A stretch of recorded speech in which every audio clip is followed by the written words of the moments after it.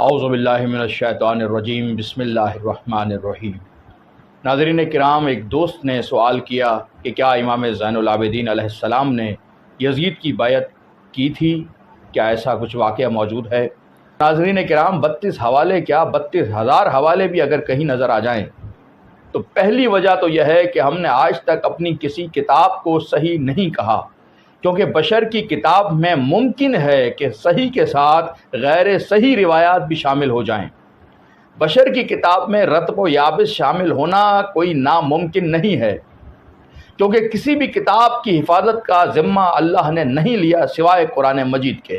ہمارے پاس صرف ایک کتاب ہے جسے صحیح کہا جاتا ہے اور اس کا نام ہے قرآن مجید۔ یہی سبب ہے کہ نبی اکرم صلی اللہ علیہ وآلہ وسلم نے ارشاد فرمایا، اذا جاءکم انی حدیث فارضوہ علی کتاب اللہ فما وافق کتاب اللہ فاقبلوہ وما خالفہ فاضربوا بہ ارض الحائط۔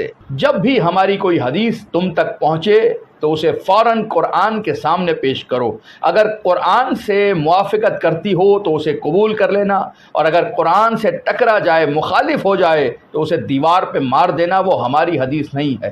قرآن مجید میں سورہ فتح میں ارشاد ہوا، ان الذین یبایعونک انما یبایعون اللہ ید اللہ فوق ایدیہم۔ میرے حبیب، یہ لوگ جو آپ کی بیعت کر رہے ہیں یہ دراصل اللہ کی بیعت کر رہے ہیں، ان کے ہاتھوں پر اللہ کا ہاتھ ہے، یعنی امت نے نبی کی بیعت کرنی ہے، اور امام زین العابدین جانشین ہیں نبی اکرم صلی اللہ علیہ وآلہ وسلم کے۔ اب یہ کیسے ممکن ہے کہ نبی کا جانشین کسی امتی کے جانشین کی بیعت کر لے گا، حق ہو کر کسی باطل کی بیعت کر لے گا؟ اس کے لیے قرآن نے مزید کہا کہ حق کبھی باطل کی خواہشوں کا اتباع نہیں کر سکتا، اگر اتباع کرے تو زمین و آسمان میں فساد پیدا ہو جائے۔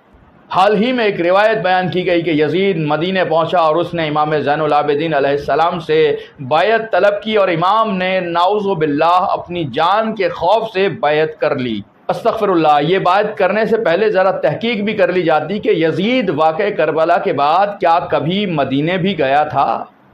واقع کربلا کے بعد واقع حرہ ہوا، یعنی مدینہ پہ حملہ کیا گیا، روضہ رسول صلی اللہ علیہ وآلہ وسلم میں گھوڑے باندھے گئے، جماعت معطل ہوئی، صحابہ کرام رضوان اللہ علیہم اجمعین کو شہید کیا گیا، مدینہ والوں کو ڈرایا گیا، مستورات کی عصمت دری کی گئی، مدینہ کو تباہ کر دیا گیا۔ اس کے اگلے ہی برس مکے پہ حملہ کیا گیا، بیت اللہ کے پردے جلائے گئے، حرم کی توہین کی گئی، اور اسی برس یزید واصل جہنم ہوا۔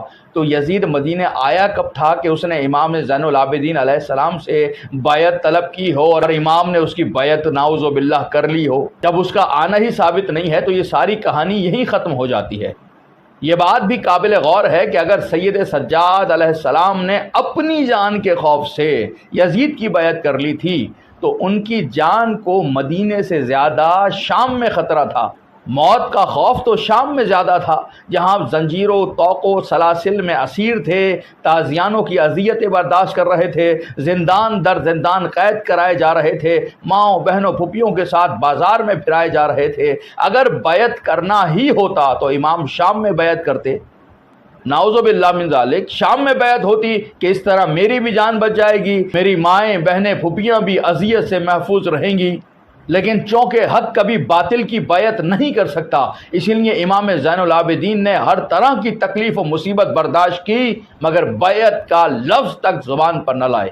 جو امام تمام اہل خانہ کی جانیں خطرے میں دیکھ کر بھی باطل کی بیعت کا تصور نہ کرے، وہ مدینے میں صرف اپنی جان کی خاطر باطل کی بیعت کیسے کر سکتا ہے؟ یہ امام ہے، مفتی صاحب نہیں ہے۔ مزید یہ کہ اگر یزید کو بیعت لینی ہی ہوتی تو اسے مدینے آنے کی کیا ضرورت تھی؟ شام میں ہی یہ تمام افراد موجود تھے، شام میں ہی وہ امام علیہ السلام سے بیعت لے لیتا، جبکہ امام اس کی قید میں تھے، اسیر تھے، مجبور تھے۔ لیکن تاریخ گواہ ہے کہ شہادت حسین ابن علی کے بعد یزید اتنا گھبرایا ہوا تھا کہ جب اس نے رہائی بھی دی ہے تو آل محمد نے اپنی شرطیں منوائی ہیں۔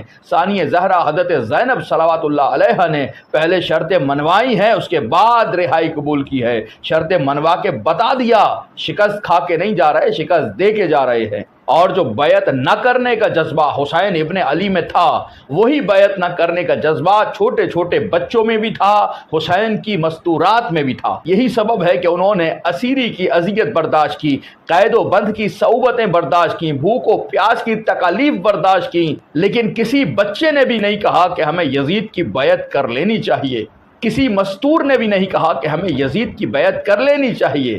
جب مستورات اور بچے اتنا ستم سہ کر بھی بیعت کرنے کو تیار نہیں ہیں، پھر سید سجاد مرد اور امام ہو کر باطل کی بیعت کیسے کر سکتے ہیں؟ یہی سبب ہے کہ آپ نے قیدی اور زخمی ہونے کے باوجود دربار یزید میں یزید کی آنکھوں میں آنکھیں ڈال کے خطبہ ارشاد فرمایا اور اسے بتایا کہ تو کون ہے اور میں کون ہوں، اور ثابت کر دیا کہ جو یزید سے ڈر جائے وہ کوئی اور تو ہو سکتا ہے، سید سجاد نہیں ہو سکتا۔